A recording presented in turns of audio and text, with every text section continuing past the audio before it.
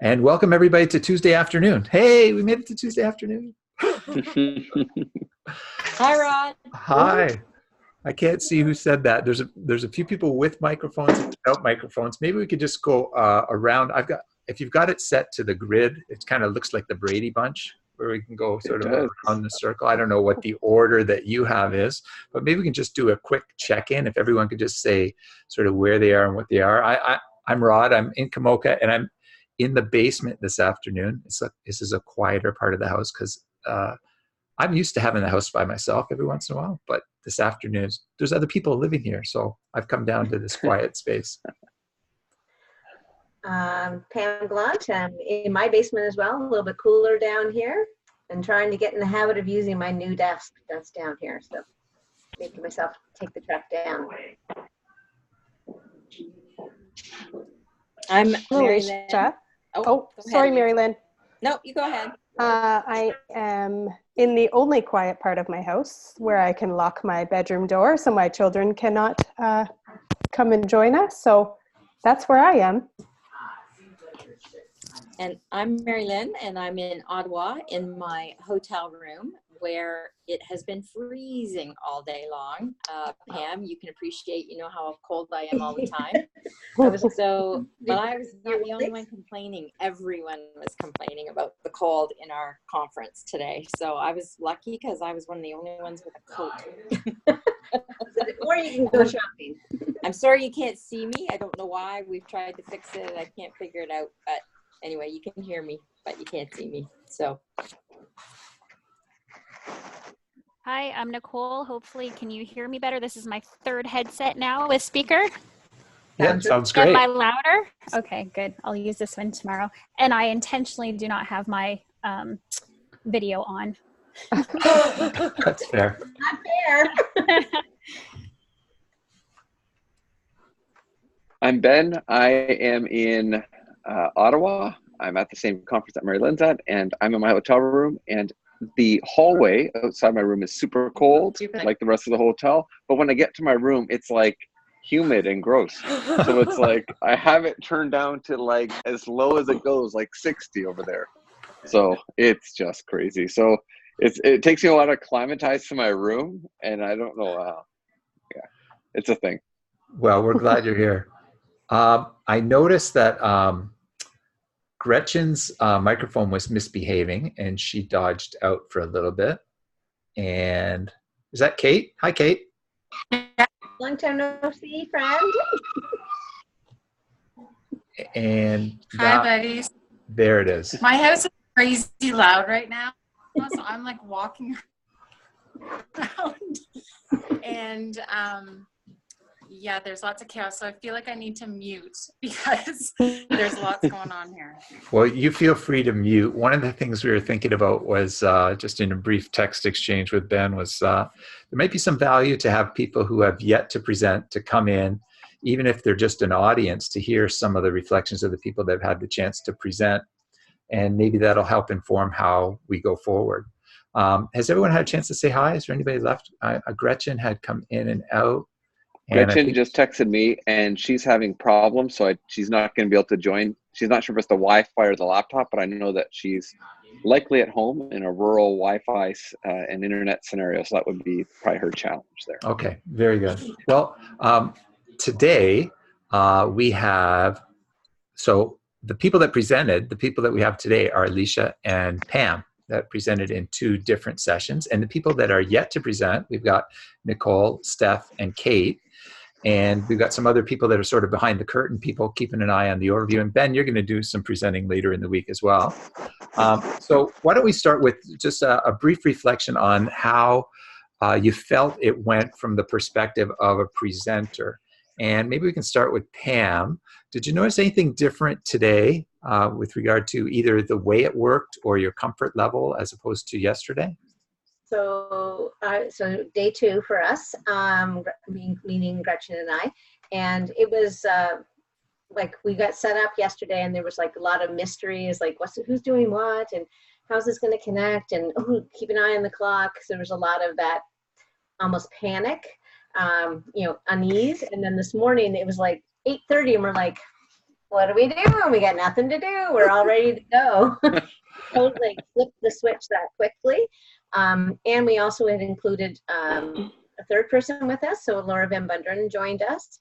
So that was a new element though. So we felt we were able to calm her nerves effectively. If she had been with us yesterday, I think she would have been like, what have I signed up for? She fed off your calm. Your calm. Exactly. She was a natural, and you did a great job of integrating her in the conversation as a way of having her tell the story related to the concepts that you were sharing. I think it worked really, really well. Alicia, in your session was a panel of a whole bunch of speakers. What was your perspective about how your experience went? If you had to just put it in a nutshell, what are some of the things that stick out for you? So I think similar to what Pam said, I was a little bit uneasy about what it looked like with Zoom being a new platform. But as we got in, Rod, you were super helpful, so we really appreciate that. But as we got in, I think we kind of found our footing. One thing for us, the audio, and even I watched it back on YouTube, and I feel like that's something that I would like to hash some things out about.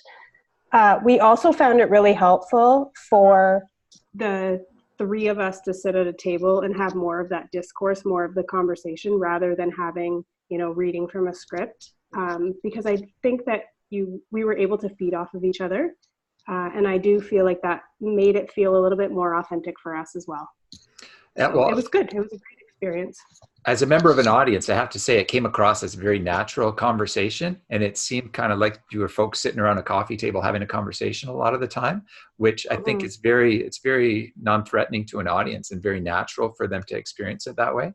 But maybe we could talk just for a little bit about the audio, because that is a key issue. And one of the things that I've recommended is, if people have a headset, like a headset with a microphone like this, the act of keeping that headset on, even when people are around you, it keeps the sound sort of contained and isolated and separate, and not sort of looping out of a speaker from a computer and into someone else's microphone. And I also had a couple of computers open, and so I forget who it was today. Alicia, who was Sam? I think Sam had a couple of tablets open, and I couldn't tell which was supposed to be drawing her audio in, because I have control. I can see sort of whose microphones are on and whose are off, and I couldn't tell. And that separate login under the same name threw me for a loop for a minute, because I thought we had it worked out, and then in order to try and keep on time and keep things moving along, I sort of just lived with that delay, because a lot of what she was saying when Sam was speaking, it was sort of repeating text that was on the screen. But for everyone else's benefit, just to let you know, one of the things I felt a little bit of stress about was the closeness of the sessions. Running on the hour meant that me trying to hustle from Gretchen and Pam's session to get into the next one to make sure it started on time. I got there and we didn't have, a comfortable amount of time to make sure we could troubleshoot that, when we had an audience of almost 30 people almost immediately at the start of your session, which really is really terrific. And you really want to, when you're doing a session, respect those people that are there. And I think they were able to go with it, especially when you had other 4 or 5 people speaking in your session that were really clear on the sound. So it felt like respecting them was more important than respecting the recording. And it's kind of a delicate balance there to troubleshoot that. And in the end, we troubleshot it in, I think, 3 or 4 minutes after the session was over, when we were able to figure that out. But I think one of the things that would have helped that would have been to scatter the sessions maybe an extra 20 or 30 minutes between the sessions, so that we have a natural break and calm, quiet time, so that as moderator, myself or someone else can go in and help troubleshoot that. Does that sound reasonable? If we got to schedule? Absolutely. And I do think that would be helpful, because we wanted to respect Pam and Gretchen, who were doing their session prior to. But again, I know I've been texting back and forth a little bit with Rod, and I did feel a bit uneasy. So that extra time to really feel comfortable with what we were doing, I think would have been helpful for sure. We never felt that stressed because we went at 9 o'clock both days. We never felt like we were pressured for time because we had Rod's undivided attention. Well, nonetheless, you did a great job of watching the clock and making sure you stayed on time. And that really, it made it possible to at least have the 10 or 15 minutes we did have that we otherwise wouldn't have had you gone 50 or 55 minutes, for example. So that worked really well. Can Now, you go back and go ahead. clarify for me Sure. about the audio? So you're saying that there were more devices than people in the session. Is that why you were running into issues? Like Samantha was using 2 devices? Right. So she had a couple of devices, and one of them I assume was notes or something like that, but it was something in the session that maybe was allowing her to see the slides and see what the display looked like. So I do that. I have a separate screen set up here so that I know what I see is a little bit different than what most people see. So I have a login as a regular user that will show me what everyone else is seeing at the same time.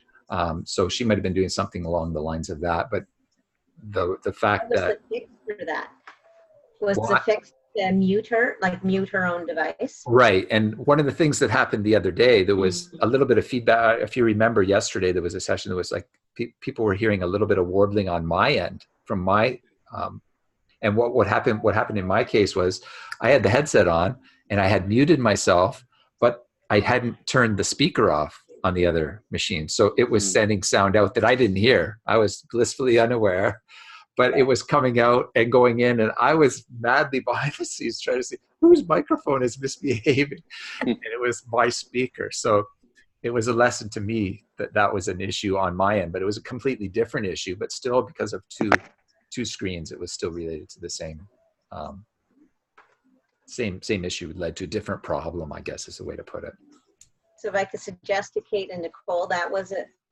Gretchen did that today, had her computer and then had her iPad with all her talk notes just to make sure she touched on things she wanted to talk to. So that worked very well for her because we were running off my computer, and in the presentation mode of Google Slides, I had not memorized how many slides we had or where we were. And so I was like, how many slides do we have left when we were talking about time?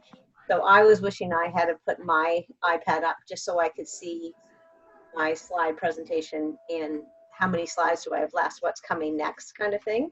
So again, making sure you turn off your audio is a good thing, but having those extra devices probably would have made me feel a little bit more comfortable. Like that suggestion for other presenters is a good segue to where I think we should go next. Maybe Steph or Nicole or Kate, is there any questions you'd like to share with Pam or Alicia, who just had that experience of running, in one case a second session, in one case for the first time running a live session?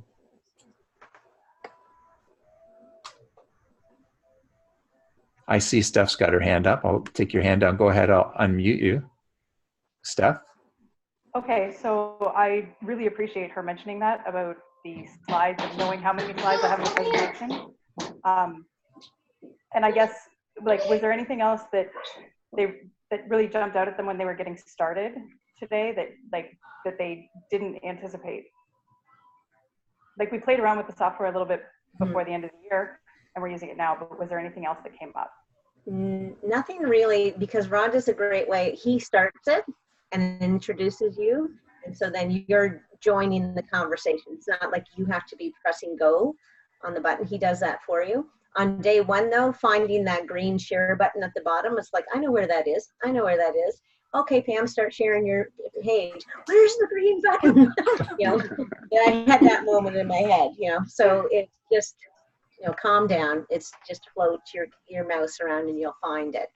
So, so I think getting started, I was worried about that yesterday, but then when Rod takes over, like, he starts it off. It's his, like, we're joining his show is almost how it feels, and then you just start your slideshow and you start going. So it felt very natural. Okay, I think one other thing that for me, I thought, I hope that this doesn't interfere, but where the videos are located on the side of the screen, sometimes I found that they would interfere a little bit with what was in our slides. So, and then there's a minimize button that you can make them and they go along the bottom, but then I couldn't flip the slides on my MacBook. So just like little quirky things like that. But again, nothing that stopped us from getting our point across. And, you know, the amount that it covered on the side of the screen wasn't too significant, but just, as Pam said, just kind of relax and just roll with it, because it is quite smooth. Yeah, I agree that where the panel of people are sitting, like they're viewing, there's different views for that. So that you can't really break it. It's more or less, what view do you like? Is it along the top, or is it the side, or clustered? There's options for that. I have a question for you, Alicia. You talked about sitting around the table, like at the table. It was more conversational. Like, what exactly did that look like? The four of you sat facing each other like you were having dinner together? Yes. So we literally sat at Sam's dining room table, Yes. Which is just a small little circular table. And Sam and I really fed off each other when we were kind of bantering back and forth. And then Carly was also there with us, so she would kind of hop in. So we really did kind of treat it like a discussion and having professional dialogue with friends. The one thing I will say is, with the video component though, often I would look at Sam, because that's something you're used to doing. And because she was beside me, sometimes you would see the side of my face. Yeah. But yeah, it worked really well. And we weren't going to do that, but one of our lovely colleagues yesterday said, Mr. Hazard really liked when we had the video component on. So we were like, okay, I guess we'll put it on. So thank you, Sally, for that, wherever you may be. Well, I'll jump in on that, because I want to tie in on that. Because actually, I think what I found was it really, it was because Pam, I had been in the session when we were all together there, and we didn't have the video on. And it was interesting to me just because there was something else to look at for participants. Mm-hmm. And I just kind of noticed it was like, and it would kind of flip around in different speakers. So it wasn't that anything was wrong in that first session. It was the first time we tried it. But then I noticed that by the video kind of flipping around to different folks as they were talking, it just took a participant's attention differently. And I think it just engaged a little differently because your attention moved from the slide to the talker back to the slide, which didn't seem like much, but it just seemed to me, just it was my own observation, that just seemed a little more, it just kept attention longer. I've repeated myself that way a few times. It's not a static image anymore. Yeah. Yeah, I think that's what it is. Commercials or the play-by-play on sports and things like that. You're like, oh, what just happened? So draw your attention that way. But even now, I find them doing that. Even as we're here, like you're like, okay, Kate just unmuted. Okay, she's going to say something, but she's got a question. And you're just. I was going to say something. I know. As like a listener, because I watched both the sessions yesterday, and I liked both of them, but I did like the video, and I instantly texted Teen. And I said, "Are you watching?" And he said, "No." And I said, "How do you feel about the video?" And he said, "Anyway, he watched today and he liked the video, so I think we're going to do that because I found that way more engaging." Just to you're right, just move your eyes around and something to look at. I was going to ask a question on that, maybe to Rod, because there were times in Sally's session that, say Sally was talking, but then the video would flip to the other, like Heather and whoever else was there, and it wasn't them talking. So who's doing that flipping of the video? The machine sort of picks up on sound and will jump, and that next person. So depending on the grid that you've got set up right now, whatever the view is you have in the upper menu, you can set it to grid, or you can set it to like a panel, or you can set it to speaker view. And if it's set to speaker view, whoever's speaking is the only face that's on. So that is an instruction. Well, that's what I thought. Yeah, it just didn't happen, but the computer sort of is picking up on some kind of information going into sound. And it might not be that the person's speaking. It might be something else.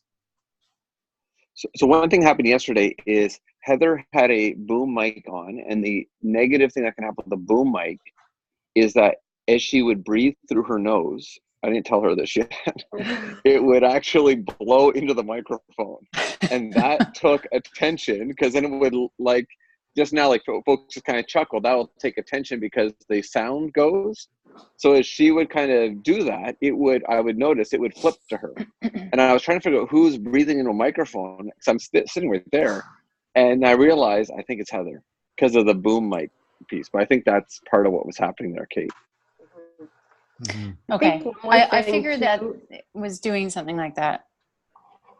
I think one more thing too, Kate, that I noticed as a presenter and having that video on, I remember Rod at one point saying, when you're presenting, like, smile, because it adds kind of that expression to your talking. And I did find that I forced myself to, like, smile or, to add a little bit more expression, because you can see yourself, and it's in the beginning, it was a bit intimidating. So that was helpful. Oh yeah, for sure.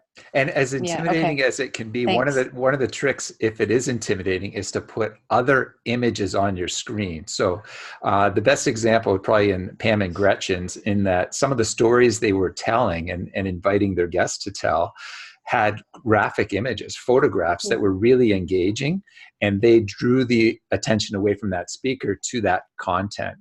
And Alicia, some of your slides were mostly text, and I think they caught people's attention in between each section. So you jump to the text to get the context for what was going to be discussed. And then because it was a panel discussion, it sort of seemed appropriate to pay attention to the faces of the people that were speaking. And not that there's one right way or wrong way, but there's advantages to having visual elements and advantages to having largely text elements to set the tone and tell the story.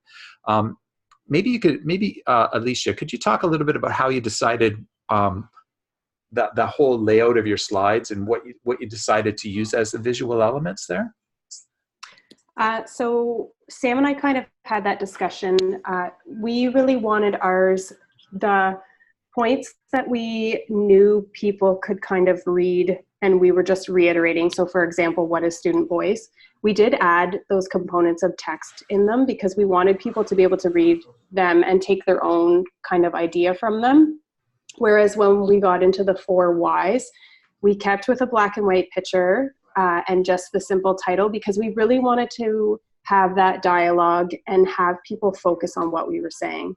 And again, that conversation and that discourse back and forth and feeding off each other, we wanted it to feel more like sitting in a staff room or sitting around with some colleagues and having that genuine conversation rather than trying to follow along like on a slide. So that's why we chose to do it that way. I think it worked really well. I had a couple specific questions for Gretchen that I'll follow up with later on. But one of the things that really struck me, in Pam, in your session, is there's this comfort.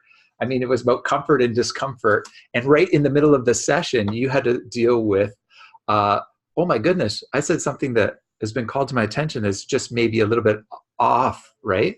And to me, it struck me as being so authentic and such a humanizing the experience of, yeah, you're a presenter, and I've heard it said by a couple of the presenters, we are not experts in this, but we are willing to share our voice. We're willing to be the person to try and share the story and have a platform to do that. So I want to congratulate you for that. And Alicia, the team that you grafted together to make your presentation, how did you settle on your team? I know Pam and her partner have been working together for a little bit. How about with your team? Sam and I we really have this kind of similar views, and I find that her and I work really well together. The 2 teachers that we had with us to share, we had the opportunity to work with both of those teachers throughout the year. And they, again, we see them doing everything we were talking about and allowing that student voice in the class. So we really thought that they would be good advocates. We want our message to come across from educators who are in the trenches every day and not just coming from us, who maybe don't have those same authentic experiences. So the 4 of us just kind of meshed, and we knew that off the beginning. So it was a good choice for the 4 of us. Well, it worked really well, and it worked with in Pam's session to bring her guest on as well, to have that authentic voice. the main topics that I wanted to look at, we've sort of looked at in this short amount of time. Is there anything, I know, Nicole, you've got, I think you've got the first session tomorrow.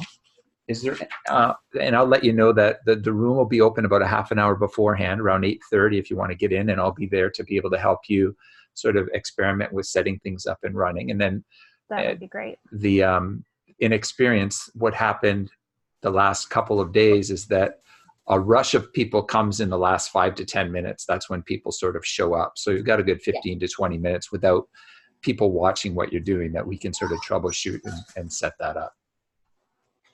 Okay, Do you have any questions about what to expect tomorrow, Nicole, that we can help? Oh, I'm just trying to piece together what I have. So I'm sure tomorrow morning I'll have lots of questions. But so you, like, to load my presentation, I have to share that, like Pam said, with the share button? Pam, maybe you can explain it. Computer. So Rod will be welcoming, you'll have logged into the room and you'll be talking with him and testing your microphone. Okay. And then right now, if you hover at the bottom of your computer screen, Yep. you see there's invite participants and a green share button. Yes.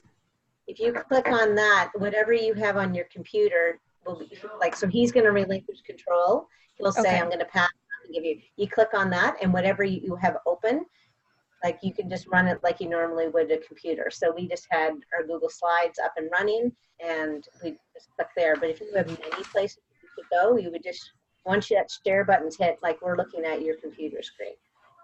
Okay. Yeah. So I today just played off of Google Slides. I just opened our presentation and then hit present. And then whatever was on my screen, that's what everyone else was seeing. Because that was I was confused by that as well, Nicole. And that was something that I was a little stressed about. So yeah, just put your Google Slides or whatever you're using and just press present, and we can just see what's on your computer screen. Okay. Now, what was my other question? Now I'm blanking. While you think of it, Nicole, this speaker that you're using now for microphone, it's working well. So sounds good, and we're not getting any feedback on it. So whatever you're using now is good.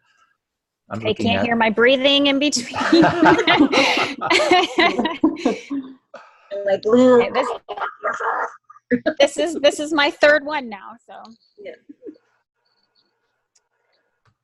Okay, that's good. And then we'll have to test it out with, I think Sally gave Jen her headset. And then I just have to make sure I have a headset for Tanya, my other colleague. So, she's never done anything like this before too, so. Awesome. So this is, Ben and Mary Lynn, this is something that, like, it's sort of an unanticipated benefit. This professional development that your team is getting in learning to present in a new way. Is there some way that you can see harnessing these skills that these folks are developing down the road? Well, I think the whole process of doing something, so I think there's a few things here. One is like trying something new and getting in an area of discomfort.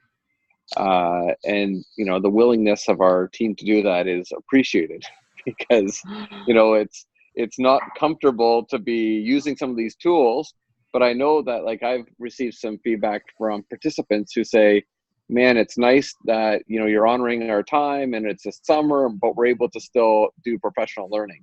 So I think that the discomfort and the struggle that's gone on in this conversation today, I think it translates in a lot of different ways. Something as simple as understanding how, like, the audio and, you know, to have headphones and have a microphone and how that all works, that translates in a few contexts. And in fact, I had some folks text me today going, you know, I love it if we right off in September had, like, what does number talks mean? 3 sessions in, you know, like, people are seeing this as a way to translate the professional learning, because we do have some geography in our district and some distance between our schools. And folks also love the archival ability of this, because people have been going in and watching the sessions after the fact. And I think that's actually also honors our team's time. You know, I'm looking at Pam and she's done 2 sessions, and man, I appreciate her taking the time to do those sessions. what's really neat is now those sessions are archived for others to go and access later.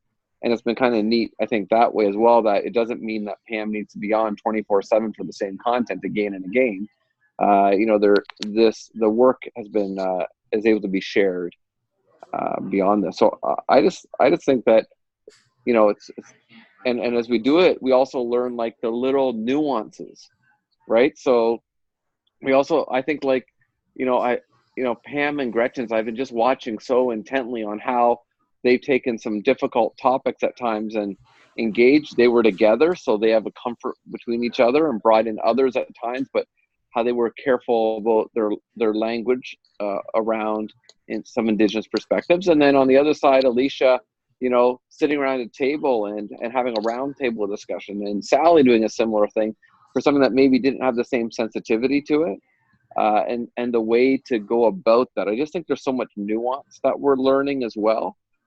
Things I'm learning that I never had thought about really before. But that the different kind of modes that we're doing, even though we're all using the same Zoom platform. Mm-hmm. And we're sort of personalizing that experience with it.